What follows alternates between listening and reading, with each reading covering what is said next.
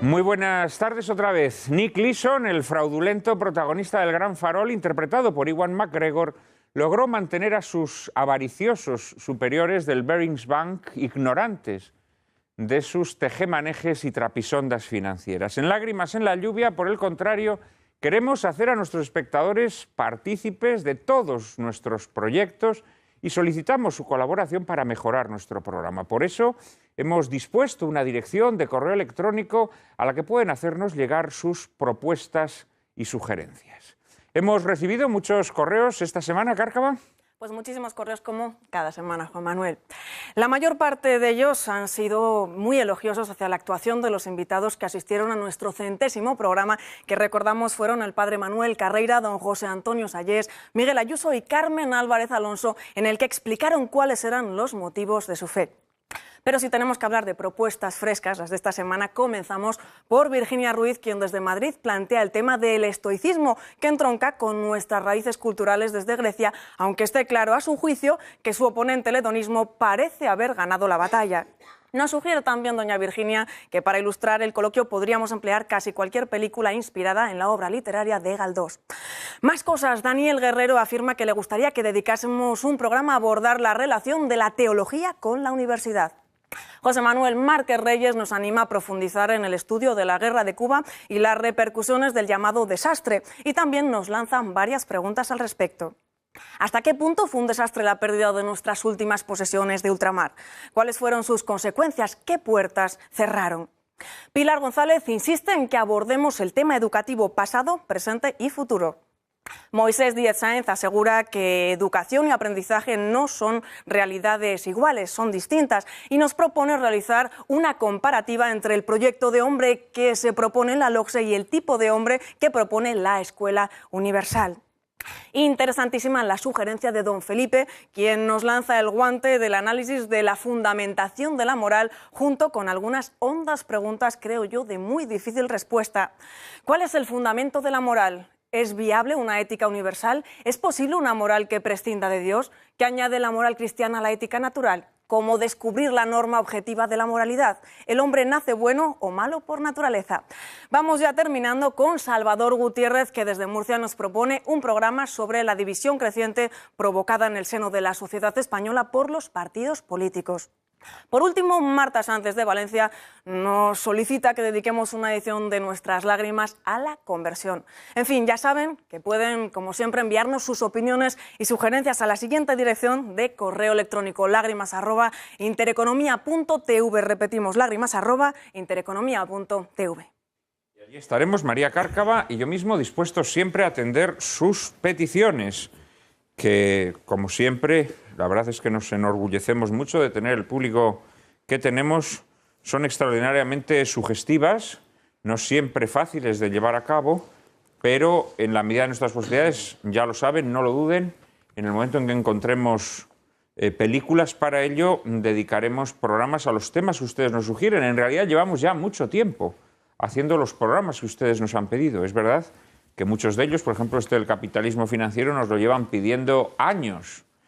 Y hasta la fecha, a pesar de que en programas anteriores indudablemente se han tocado aspectos colindantes o incluso incursos en este tema que hoy vamos a tocar, no habíamos podido dedicar un programa explícitamente al capitalismo financiero. En cuanto apareció en nuestro horizonte esta película que hoy hemos emitido, El Gran Farol, no nos lo pensamos. Y lo mismo ocurrirá con todos los temas que ustedes nos van solicitando. Hoy, para hablar del capitalismo financiero, de la situación a la que nos ha llevado, de los riesgos pasados, presentes y futuros que arrostramos por su causa, contamos con la participación de 4 invitados de excepción. Algunos de ellos ya los conocen ustedes, otros visitan por primera vez el plató de Lágrimas en la lluvia, que de inmediato paso a presentarles. Está con nosotros, entre los nuevos, don Jaime Silos. Ha cursado estudios en el Massachusetts Institute of Technology y en la Wharton School, en la Universidad de Pensilvania, y es MBA por el Instituto de Empresa, director de Desarrollo Corporativo de Forética, organización líder en España en ética empresarial y responsabilidad social, es miembro del Consejo Estatal de Responsabilidad Social, en el que lidera el Grupo de Inversión Responsable. Ha desarrollado numerosos estudios y artículos sobre ética y sostenibilidad en los negocios. Querido Jaime, muchísimas gracias por atender la petición de Lágrimas en la Lluvia. Muchas gracias por invitarme. Es para nosotros un inmenso honor. Como lo es, sin duda, contar con nuestro siguiente invitado. A él, en cambio, ya lo conocen todos ustedes muy bien, puesto que nos ha acompañado en anteriores ediciones de este programa. Se trata de José Luis Fernández. Es doctor en Filosofía y Letras por la Universidad Pontificia Comillas, donde también cursó el máster en Administración y Dirección de Empresas. Actualmente es profesor ordinario de la Facultad de Ciencias Económicas y Empresariales, ICADE, y director de la Cátedra Javier Benjumea Focus Abengoa de Ética Económica y Empresarial. Entre los años 2000 y 2003 fue, además, vicerrector de Relaciones Exteriores y Extensión Universitaria de dicha universidad, de Comillas. Querido José Luis, gracias de corazón por estar aquí. Encantado estoy. Apoyando nuestro programa. Encantado. Y nuestro siguiente invitado, también lo conocen los seguidores de Lágrimas en la Lluvia. Estuvo con nosotros en un programa muy interesante, que también nos enorgullecemos de haber hecho, como fue el que dedicamos a la usura. Se trata de Francisco Gómez Camacho, de la Compañía de Jesús. Es profesor jubilado de la Universidad Pontificia Comillas y profesor invitado por la Universidad de Salamanca en los cursos de 1993 a 2005 por su Facultad de Economía. En Perú dictó cursos en la Universidad del Pacífico y en Chile en la Universidad Católica. Especialista en la escolástica española de los siglos XVI y XVII, ha traducido y publicado las obras Tratados sobre los préstamos y la usura, la teoría del justo precio y la teoría sobre los cambios del gran teólogo jesuita Luis de Molina. Padre Gómez Camacho, muchísimas gracias por atender nuestra petición una vez más. Gracias a vosotros, encantado de estar con vosotros. Es un gran placer volver a contar con usted. Como lo es contar con nuestro cuarto y último invitado de esta tarde, que también visita por primera vez el plató de Lágrimas en la Lluvia. Se trata de Javier Ibáñez. Es profesor agregado de Derecho Mercantil, en Comillas, director del Máster en Investigación en Ciencias Jurídicas y consejero de la Cátedra Garrigues de Derecho de Sociedades. Fue letrado de la Comisión Nacional del Mercado de Valores, consultor del Banco Interamericano, consejero de FIAM, patrono y vicepresidente del Comité Basilea II en la Fundación José de la Vega, árbitro internacional y asesor del Consejo Múnich Re en Alemania. Querido Javier, muchísimas gracias también a ti por atender nuestra solicitud. El placer es mío, Juan Manuel. Muchas gracias a ti y a María por cursarme esta amable invitación. Es una suerte para nosotros poder contar con tu participación. Bueno, yo creo que como es frecuente en este programa, y además en el programa de hoy sería imperdonable si no lo hiciésemos, habría que comentar algunos aspectos de esta película que, como decía, pues viene como anillo al dedo al tema que hoy vamos a tratar y que creo que además tiene aspectos de sumo interés y seguramente que alguna dificultad para nuestros espectadores que han podido sentirse perdidos en algún momento mientras veían al protagonista, a Nick Leeson, desarrollar todas esas tropelías financieras que le iban permitiendo esconder la cruda verdad hasta que finalmente esa verdad era desvelada y provocaba el colapso del banco. José Luis, ¿qué te ha parecido El Gran Farol? Pues yo la he visto tranquilamente y además poniendo la moviola. Yo en clase, a los estudiantes, cuando les hablo de estas cuestiones, para provocar, sin decir más, pongo siempre una foto, cuando hablo de temas de problemas éticos, malas prácticas en el mundo financiero y demás, pongo una foto desde hace años, que es una foto de la cartelera de Ben-Hur. Y no digo nada. Simplemente pregunto, ¿qué os dice esta foto? Y algunos dicen, esa la vi yo, esa la ponen siempre. Y, no, en Navidad, no, en Semana Santa, pero ya la vimos muchas veces. Y luego pongo otra foto de los de Verano Azul. Y les digo, ¿y esto? O sea, ya la pusieron muchas veces, desde que yo era pequeño, ya llego viendo esa película y tal. Pues esta película yo no la había visto nunca, pero es como Ben-Hur, que te la repiten cada Semana Santa, o Verano Azul, que te la reponen cada 3 años. Es algo de déjà vu, algo que se vio y se volverá a ver, y que hoy en día ha hecho saga, porque que si Inside Job, que si Enron, los tipos que estafaron América, que si infinidad de películas que siempre están contando la estructura profunda de la misma cosa. Y una película que, en consecuencia, permite, es muy buena, porque permite múltiples lecturas. Una, si quieres, la de la persona, ¿no? Que al final este señor se casa, la mujer lo deja, etcétera, cambia, acaba en la cárcel. La historia de la persona, don Nicolás Leeson. Otra sería la del Banco Barings, de ser una institución de 200 años con raigambre, burguesa de toda la vida, financiadora de las primeras iniciativas de capital, de capitalismo industrial, porque estamos hablando ahora de capitalismo financiero, pero primero hubo el capitalismo agrario, luego el capitalismo industrial y ahora estamos en otra. ¿Cómo Barings pasó de ser lo que era a morir? ¿Cómo de ser una organización con una cultura clásica tradicional de toda la vida acabó desapareciendo tras una centella fugaz, un fogonazo de aparente éxito, entrando en un negocio que no era el suyo, pero que no podía no dejar de entrar ahí? Segunda lectura. Tercera lectura. ¿Qué hacen los que hacen estas cosas? Es decir, ¿cuál es la profesión de los que se dedican a trujimanes en este mundo? A comprar, vender, a intercambiar, a arbitrar, a especular, a jugar a futuros, que es muy bueno en la teoría, es perfecto. Pero, como todo en la vida, se desvirtúa. Esa es una tercera lectura, la profesión de los que operan en los mercados. Y la cuarta, más gorda, es el sistema. ¿Cómo estamos? ¿Dónde estamos? ¿Por qué estamos? ¿Cómo estamos en esta crisis?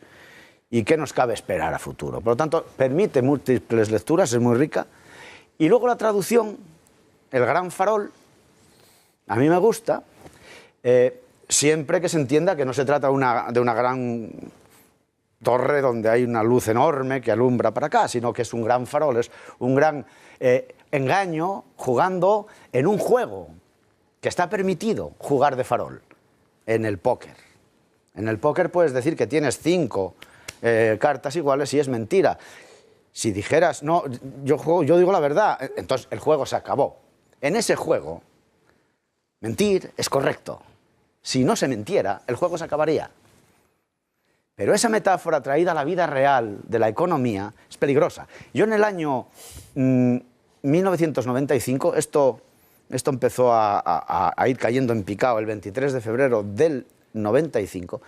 Yo recuerdo que en el año 95 escribí un artículo para la última página de Expansión de entonces, que se titulaba Jugar a las 7:30. La venganza de Don Mendo habla de jugar a las 7:30, que no es una hora, no es una hora. Es a ver si llego a las 7:30. Si te pasas, malo, y si no llegas también pierdes. Entonces yo escribí ese artículo jugar a las 7:30 refiriéndome a Nick Leeson, que había que tener mucho cuidado con las metáforas porque las carga el diablo. Y esto no es un juego, porque cuando Magdalena le pregunta a Don Mendo que por qué a las 7:30, dice, no es un juego, es un juego vil, que no hay que jugar a ciegas. Pues juegas 100 veces 1000 y de las 1000 veces febril, que te pasas no llegas. Y el no llegar da dolor porque indica que mal tasas y eres del otro deudor. Más hay de ti si te pasas es peor. Bueno, pues esto era lo que yo en aquel momento decía, oiga, no digamos que esto es un juego más, porque esto no es un juego. Hay mucho esfuerzo, mucha vida real y mucho dolor humano cuando las cosas se las lleva la trampa, por este tipo de cuestiones. Por lo tanto, la película, muy rica, muchas lecturas y la metáfora hay que hacerla ver que es una metáfora y que hay que tener cuidado con lo que pasa en la vida ordinaria, en la vida real. Jaime, ¿qué te gustaría destacar de esta película, El Gran Farol? Bueno, y sobre todo felicitaros por la elección, ¿no? Porque, como dice José Luis, aunque los hechos que ocurren en la película pasaron hace 18 años, la película está de plena vigencia, ¿no? Este mismo año, hace menos de un año, hemos tenido el escándalo del London Whale, ¿no? En JP Morgan, ¿no? Donde un trader que se hacía llamar la ballena de Londres, ¿no? Pues llevó a perder al banco 6.000 millones de dólares en una operación parecida, ¿no? Yo creo que con todo y con eso, la proeza de Leeson, ¿no? de Leeson, perdón, no deja de ser la número 14 dentro del ranking de las mayores pérdidas históricas en operaciones de trading, ¿no? Y lo que es realmente grave, y ahí un poco en la misma línea de José Luis, es que de las 10 mayores pérdidas de la historia, las 6 mayores han sido los últimos 6 años, ¿no? Con lo cual, esto nos trae un poco esa perspectiva de que la frecuencia de este tipo de sucesos es cada vez mayor y que la profundidad de este tipo de sucesos es cada vez mayor, ¿no? Con lo cual, más aún cuando estamos en esta época de crisis financiera, que ya llevamos más de 5 años, y verdaderamente estamos viendo propuestas de reformas que se están llevando a cabo, pero desde luego estas reformas a la vista está que no están siendo suficientes, ¿no? Probablemente los espectadores que hayan seguido la película, a pesar de que la película pues es una película, en fin, que admite una lectura, por supuesto, por parte del entendido, pero también por el ego. Pero habrá algunos momentos en los que las maniobras del protagonista se le escapan, ¿no? Llega un momento en el que el espectador no sabe exactamente lo que está sucediendo. ¿Con qué es con lo que juega el protagonista de la película? ¿Qué es la operación que hace para que nuestros espectadores lo entiendan perfectamente? ¿Quieres responder tú, Jaime? Sí, yo creo que lo más grave de lo que ocurre es que, desde un punto de vista de organización de la entidad, es que la misma persona que hace las operaciones de trading, que son operaciones que se hacen a un día vista o incluso en nanosegundos, pues es la misma persona que luego hace las anotaciones contables, ¿no? Y en este sentido, cuando él acierta, aflora esos beneficios como beneficios de los clientes, y cuando falla crea una cuenta de cliente para ocultar las pérdidas, pero que esa cuenta de clientes es falsa porque es el mismo banco, ¿no? Y entonces se empieza a meter en esa vorágine de ganar. Cuando gano mucho, por eso me convierto en el superhéroe, ¿no? en el gran trader, y todo el mundo me venera. Y cuando pierdo, bueno, pues lo voy tapando y trato de hacer operaciones cada vez más especulativas para tratar de cerrar esas pérdidas y compensarlas, ¿no? Es llamativo porque Nick Leeson, el protagonista de la película, tiene su página en internet, se ofrece para dar conferencias, se presenta además como un gurú de la economía, y esto también es algo muy característico de nuestra época, ¿no? Como los causantes de los males, pasado un corto tiempo, pueden aparecer incluso como grandes gurús, ¿no? O como grandes conocedores de la economía, ¿no? Verdaderamente. No sé si querías decir algo. No, yo simplemente por responder un poco a lo que hay. Es decir, para los legos, es decir, no se está vendiendo aquí, en este punto, en este momento, básicamente lo que está haciendo él cuando llega allí a ese mercado, a Singapur y demás, es operar en un mercado que no es lo que se está viendo. Yo no estoy comprando patatas. Ni siquiera estoy comprando acciones de una empresa que cultiva patatas y luego, si vende patatas y gana dinero, reparte las acciones entre los dueños de las acciones de la empresa. Yo estoy comprando algo mucho más abstracto, que son derivados financieros, que se llama. Y estoy comprando la opción a vender pasado mañana a un precio determinado en función de qué tal.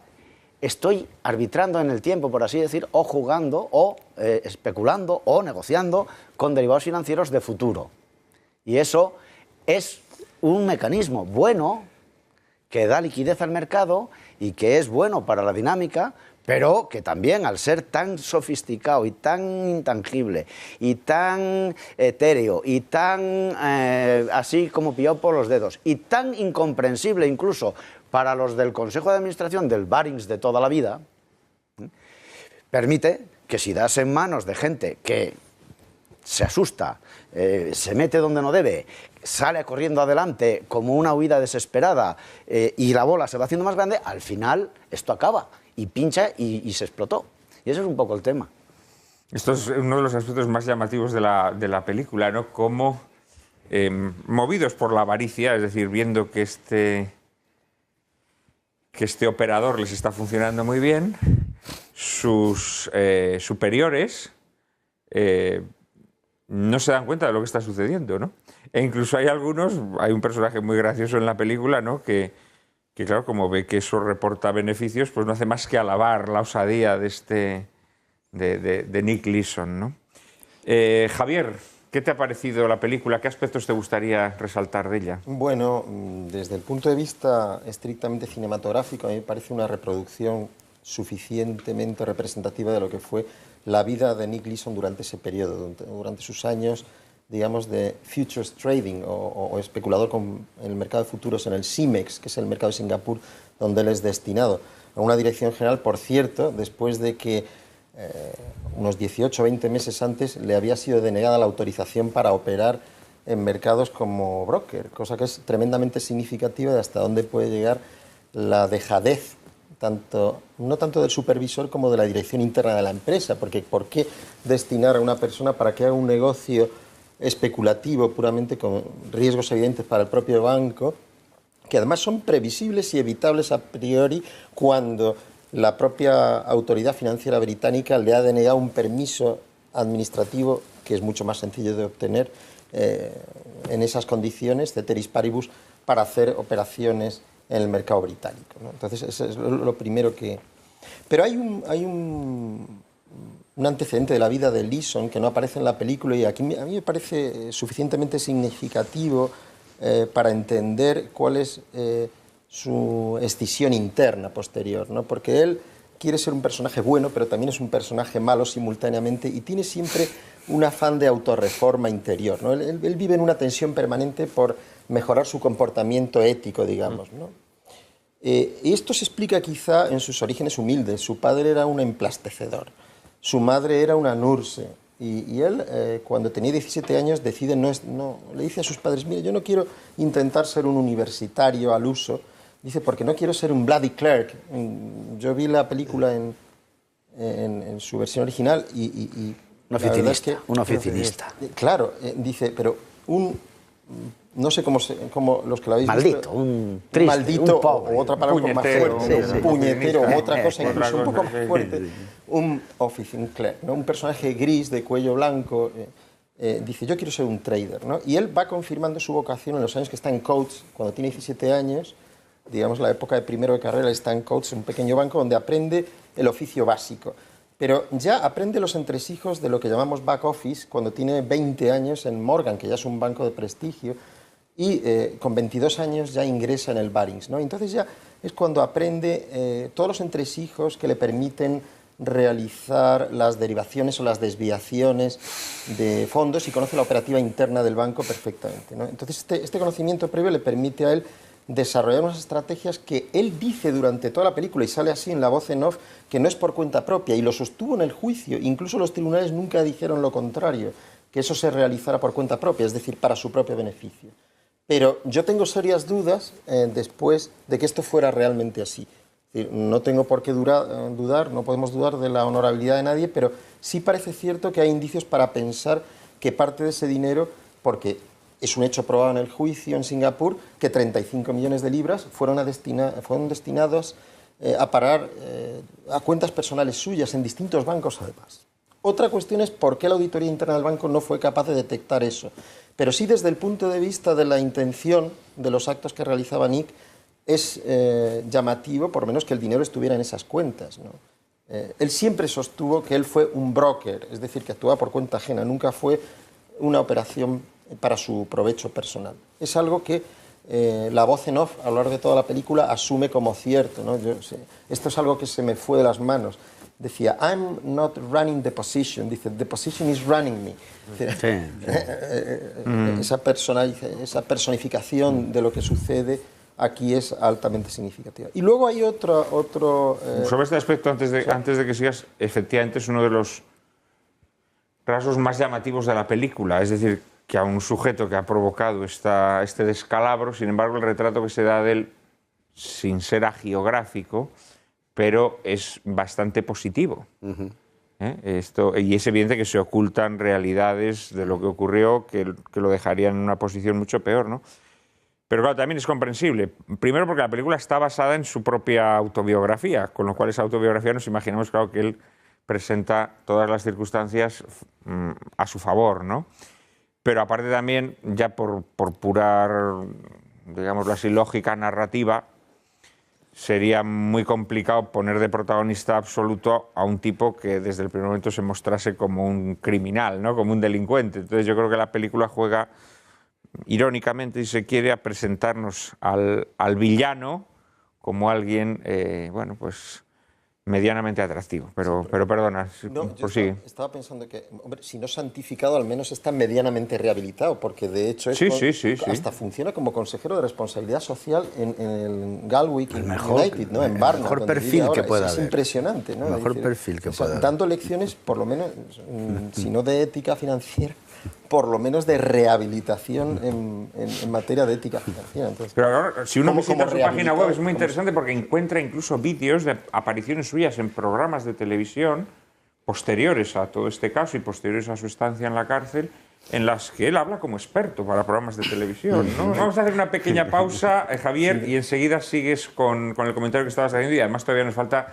escuchar al padre Gómez Camacho. En apenas un minuto estamos nuevamente con todos ustedes. No nos abandonen, por favor.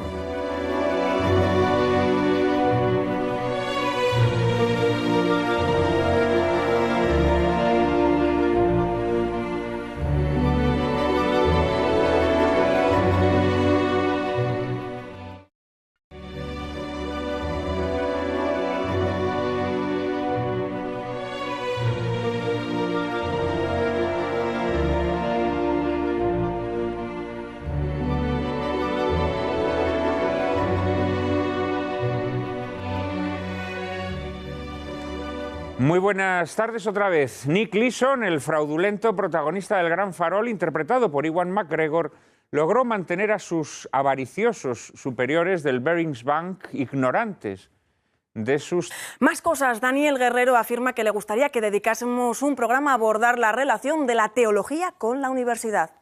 José Manuel Márquez Reyes nos anima a profundizar en el estudio de la guerra de Cuba y las repercusiones del llamado desastre, y también nos lanzan varias preguntas al respecto.